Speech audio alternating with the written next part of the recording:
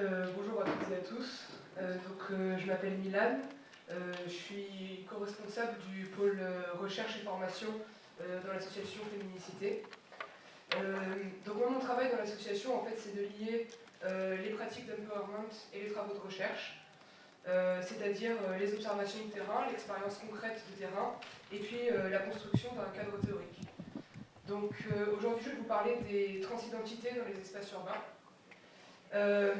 C'est pas encore un thème de recherche officiel dans l'asso.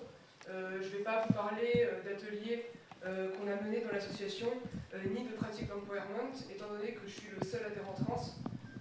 Ça serait compliqué de mener une pratique en groupe tout seul. Mais donc du coup, je vais partir de mon expérience personnelle pour vous parler aujourd'hui, et aussi de quelques travaux que j'ai eu la chance de faire dans le cadre de mon master, puisque je suis étudiant en master d'urbanisme à l'université Paris 1. Voilà, je vais essayer de confronter expérience personnelle et lecture. Donc déjà, tout d'abord, un petit point de vocabulaire. Qu'est-ce que c'est qu'une personne trans? Donc une personne trans, c'est une personne dont le genre ne correspond pas à celui qui lui a été assigné à la naissance, tout simplement. On distingue donc les personnes trans des personnes cis ou cisgenres, qui sont les personnes dont le genre correspond à celui qui leur a été assigné à la naissance. Et qu'est-ce qu'on entend par transidentité? C'est tout simplement le fait d'être trans. Je vais pointer un problème dans les études de genre en général, c'est que généralement les études de genre étudient les femmes, et pas le genre à proprement parler, dans le sens où le genre n'est pas étudié dans sa pluralité, puisque les transidentités sont souvent écartées en fait, des études de genre. Par exemple, quand des chercheurs étudient un sujet comme le genre dans l'entreprise, systématiquement, le vrai fond du sujet, ça va être les femmes dans l'entreprise, et pas le genre, en fait. Et en fait, ce glissement sémiologique, il n'est pas anodin, puisqu'il invisibilise les transidentités dans tous les champs de recherche. Et c'est très dangereux, parce que en fait, ça contribue à exclure socialement les personnes trans. On ne sait pas combien il y a de personnes trans en France, on n'en a vraiment aucune idée. 1000, 10 000, 5%, 10% de la population, vraiment on ne sait pas. On ne connaît pas les habitudes des personnes trans, on ne connaît pas leurs problèmes. Et tout ça contribue en fait à ranger les personnes trans dans une sorte de sous-classe. Et donc finalement, en fait, faire un travail de recherche qui prend en compte les transidentités dans le cadre d'études de genre, c'est faire un travail politique et militant. Ça, c'est clair. Et donc ça vaut aussi en géographie et en urbanisme, et donc dans le sujet du genre dans les espaces urbains. Donc d'abord, je vais essayer de voir pourquoi et en quoi les personnes trans sont exclues des espaces urbains. Donc, déjà, la transphobie est omniprésente dans notre société, pas que dans la ville. Et c'est cette transphobie qui est fonction des présences et des absences trans dans les espaces urbains. La transphobie, ça crée des comportements d'évitement, ça crée des sentiments d'insécurité et aussi des espaces de regroupement des personnes trans. Et on peut se référer par rapport à ça aux travaux d'Yves Rebaud et d'Arnaud Alessandrin sur les présences et les absences LGBT dans la ville. Ils travaillent beaucoup en fait sur les présences et absences homosexuelles. Et donc c'est vrai que les espaces de l'homophobie et les espaces de la transphobie se superposent dans une certaine mesure. Alors, je pense qu'on peut délimiter deux éléments centraux qui vont ensuite déterminer une sorte d'échelle d'acceptation de la personne trans dans la ville. Donc il y a déjà le passing, et puis la nécessité de dévoiler ou non son état civil. Donc le passing, c'est le fait de passer, en fait. Alors, en fait, simplement, ça veut dire ne pas avoir l'air trans, donc avoir l'air cisgenre. Donc en gros, si tu as l'air trans, tu te fais taper, mais si tu n'as pas l'air trans, tu ne te fais pas taper parce qu'il n'y a pas de raison, puisque tu n'as pas l'air trans, donc peut-être que tu n'es pas trans. On peut par exemple se référer aux chiffres du standard de SOS homophobie, qui rapporte que les personnes trans MTF, c'est-à-dire les femmes trans, sont à 63% victimes des meurtres et agressions transphobes. Et en général, le reste, c'est des personnes trans qui n'ont pas encore suivi de traitement hormonal ou de traitement médical en fait, qui permettent d'accéder à ce que Arnaud Alessandra appelle une cisgenration de la personne, c'est-à-dire au fait que la personne ait l'air le moins trans possible. Ça passe par un certain nombre de traitements médicaux. Donc, pourquoi j'ai parlé des femmes trans? Ne pensez pas que je sois essentialiste, mais c'est juste que la testostérone a un certain nombre d'effets irréversibles qui font qu'il est beaucoup plus dur de passer sans traitement médical très onéreux quand on est une femme trans et qu'on a eu de la testostérone pendant toute sa vie que quand on est un homme trans. Et donc que la testostérone a souvent, en grande partie, annulé les effets des oestrogènes et de la progestérone. Donc le deuxième élément dont j'ai parlé, c'est l'état civil. Donc c'est très dur en fait de faire changer ses papiers quand on est trans. Ça passe par un certain nombre d'opérations réassignatrices qui sont obligatoires. Donc il faut se faire opérer, il faut être stérilisé pour pouvoir changer ses papiers. Le changement de nom, c'est une galère administrative sans nom, sans parler du changement d'état civil complet. Il faut envoyer à peu près 200 documents officiels comme preuve qu'on a changé officiellement de nom quand on est trans, pas quand on veut juste changer de prénom si on est cis, hein, c'est vraiment quand on est trans. Donc il y a énormément de trans en fait, qui vivent sans changer leur papier et qui vivent toute leur vie avec une carte d'identité qui ne correspond pas du tout rien qu'à leur apparence physique. Et ça pose des problèmes en fait, dans tous les moments où on contrôle les personnes trans. Donc par exemple, quand on prend le métro et qu'il y a un contrôle des titres de transport, ça peut amener les personnes trans à passer 1 heure, voire une journée au poste de police pour un simple contrôle d'identité. Ça peut être très gênant si on a des trucs importants à faire comme aller à une conférence à Sciences Po ou passer son bac. Et puis, il n'y a pas que les contrôles dans les transports en commun, il y a aussi, par exemple, aller voter. C'est une initiative citoyenne qui est toute bête, qui est absolument nécessaire pour faire entendre ses droits.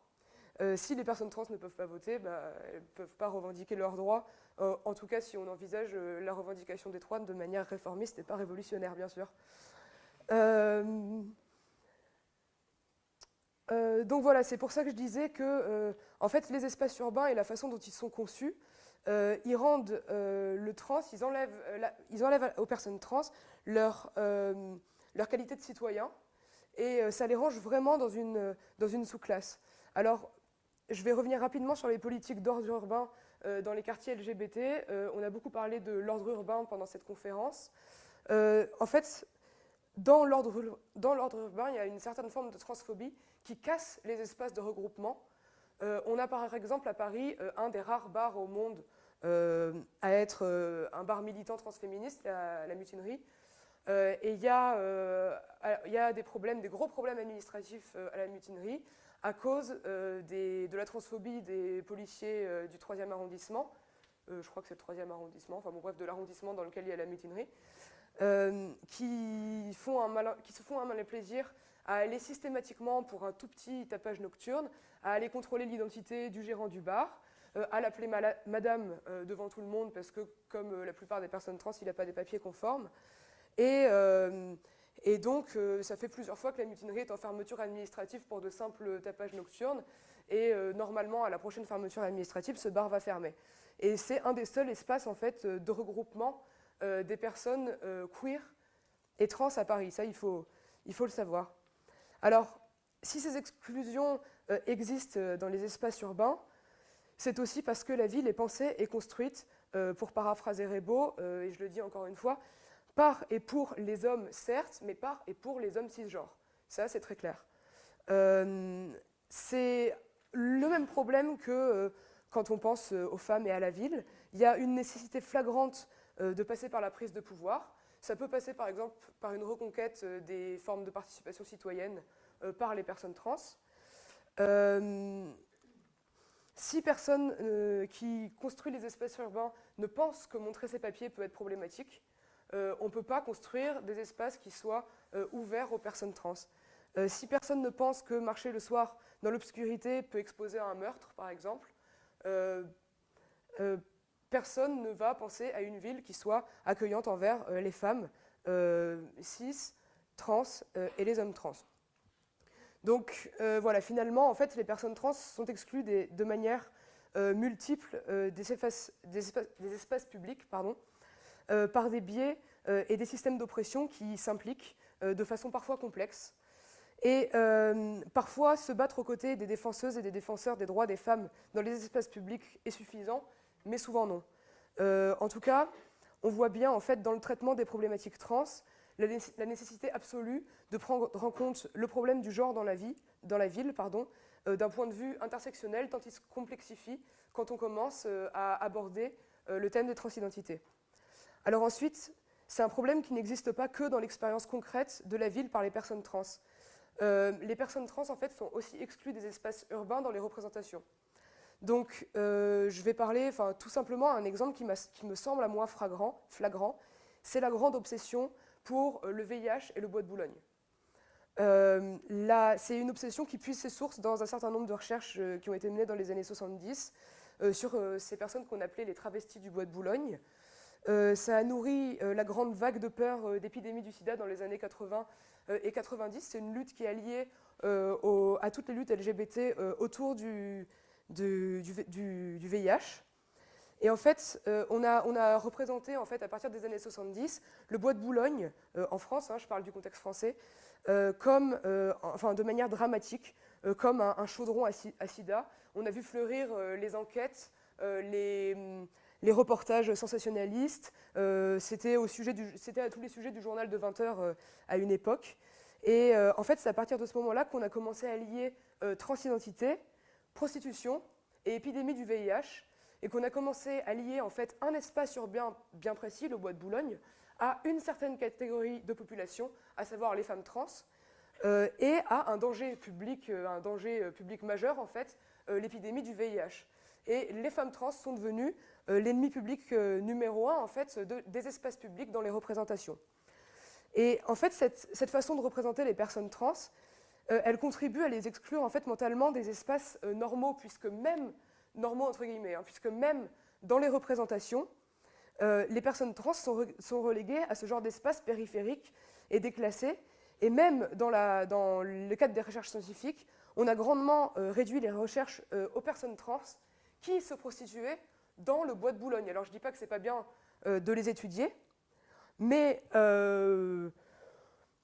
on a quand même construit la ville dans les espaces urbains, construit la ville des personnes cis dans les espaces urbains et construit le rapport à la ville des personnes trans au bois de Boulogne. Et alors le point crucial que j'aimerais montrer là-dedans, c'est que jamais dans toutes ces recherches, on ne s'est demandé ce qui pouvait pousser une personne trans à se prostituer et à éventuellement choper le virus du VIH et donc à le transmettre. On a fait pendant 30 ans des recherches sur les femmes trans qui se prostituent au bois de Boulogne et qui contaminent des personnes avec le VIH, sans demander s'il y avait une cause systémique, une cause autre qu'une volonté individuelle issue d'une perversion de se prostituer et de transmettre le VIH à tout le monde. Donc, il faut savoir que la prostitution, c'est vraiment un problème chez les personnes trans. Ça fait partie des sujets cruciaux en fait, à traiter en ce qui concerne le rapport des personnes trans aux espaces urbains et à l'espace social en général. Pour faire court, en gros, la transidentité, ça mène à l'exclusion sociale parce que c'est assez dur d'être trans et de trouver un travail, juste parce que pour faire un contrat, par exemple, c'est pas facile parce qu'il faut, encore une fois, montrer ses papiers. On est obligé de marquer Madame Machin sur son contrat, même si on est un homme. Quand on a une barbe comme ça, c'est pas forcément facile. Donc, cette exclusion sociale mène, c'est très simplifié, mène à une nécessité d'argent. Et or, où est-ce qu'il y a de la demande en termes de travail pour les personnes trans? Dans la prostitution, en tout cas pour les femmes trans. Je n'ai pas mené d'études particulières sur la demande en termes de prostitution pour les hommes trans. Donc tout ça, c'est quand même un ensemble de conditions. Enfin, quand je parlais de sous-classe, c'est pas de la rigolade, c'est un ensemble de conditions qui poussent, c'est un système en fait qui pousse les personnes trans à se prostituer. Et ça veut quand même dire que pendant que tout le monde étudie les prostituées trans du bois de Boulogne, personne ne se demande pourquoi elles se prostituent dans cet espace précis et pas sur le boulevard de la Villette, comme on a pu parler tout à l'heure de la prostitution chinoise. et pourquoi personne n'a étudié ce sujet comme symptomatique en fait, du déclassement des personnes trans. Donc je vais conclure sur un petit point sur l'avancée de la recherche dans le champ des transidentités et des espaces urbains. Donc il existe encore peu de recherches, enfin en tout cas c'est assez timide, à propos précisément des transidentités dans les espaces urbains qui ne soient pas pathologisantes à l'égard des personnes trans. Ça donne lieu à plusieurs constats. Donc déjà, on est un peu dans un flou et un vide méthodologique. Alors c'est pas un critique hein, pour le champ de recherche, mais je sais que, enfin, je suis pas dans n'importe quel endroit, je suis à Sciences Po, je m'adresse en partie à de futurs chercheurs. C'est un enjeu méthodologique de construire en fait un champ de recherche autour des transidentités, pas que autour du sujet des espaces publics. Il n'y a pas vraiment de méthodologie bien bâtie, on est un peu au point zéro, et il faut commencer, parce que pour l'instant, il n'y a pas vraiment de travaux de recherche avec une méthodologie de recherche construite sur les transidentités dans les espaces urbains. C'est encore à inventer. Ça conduit à une conséquence directe, c'est qu'il n'y a pas de données. On n'a aucune idée de combien il y a de personnes trans en France, on n'a aucune idée de combien se font frapper, de combien se font pas frapper. Si ça se trouve, finalement, les violences, c'est pas un problème. En fait, on n'en sait rien. Les seuls chiffres qu'on a, c'est ceux du standard de SOS homophobie. Donc ça permet de faire quelques statistiques, mais c'est quand même des statistiques sur un échantillon qui est assez réduit, puisque c'est l'échantillon des personnes trans qui se font agresser et qui appellent ensuite le standard pour raconter leur agression et éventuellement se faire aider. Donc c'est peu de dire que c'est pas représentatif de toutes les personnes trans en France et d'ailleurs dans le monde. Et puis enfin, c'est vrai que parmi les chercheurs, il y a aussi peu de personnes concernées. Bon, ça c'est systémique, hein, c'est dur d'être trans et de faire des études, c'est dur d'être trans et d'aller jusqu'au bout de ses études, voire d'avoir un financement pour un projet doctoral. Ça c'est pas compliqué à imaginer. Donc voilà, c'est vrai que il y a quand même beaucoup de chercheurs qui travaillent sur les transidentités, qui sont cis, et ça peut donner lieu à certaines dérives que dans des équipes, il n'y ait pas de personnes concernées pour parler du sujet. Ça, c'est vraiment sûr. Alors enfin, je pense que la lutte pour la réappropriation des espaces publics par les femmes et la lutte pour la réappropriation de la ville par les personnes trans, c'est des luttes qui convergent. C'est des luttes qui sont issues des oppressions issues du système patriarcal. En fait, c'est le même système d'oppression qui est à combattre, même si ce ne sont pas les mêmes conséquences. Et du coup, je pense que, en fait, inclure les transidentités dans les études de genre et dans les luttes féministes, c'est un des enjeux actuels majeurs pour les personnes trans, pour leur sécurité et pour aller vers l'atténuation de leur exclusion. Donc, ce manque en fait de recherche, de données et de personnes trans elles-mêmes dans les organes décisionnels et dans le champ de la recherche, c'est très dangereux pour les personnes trans parce qu'elles sont oubliées, elles sont mises à l'écart. La ville est construite avec beaucoup d'obstacles pour les personnes trans, mais il n'y a pas que la ville et les espaces urbains, c'est clair, qui sont symptomatiques d'une société, puisque cette société est en elle-même un obstacle géant à la vie des personnes trans, qui s'apparente actuellement plus à de la survie. Donc voilà, l'enjeu de la prise en compte de cette problématique est vraiment énorme. Il s'agit de l'exclusion ou de l'inclusion d'un groupe de personnes dans la société, de faire de cette sous-classe, de fondre cette sous-classe dans les autres classes sociales. Et c'est un enjeu qui dépasse, je pense, totalement le thème du genre dans les espaces urbains, finalement. Voilà.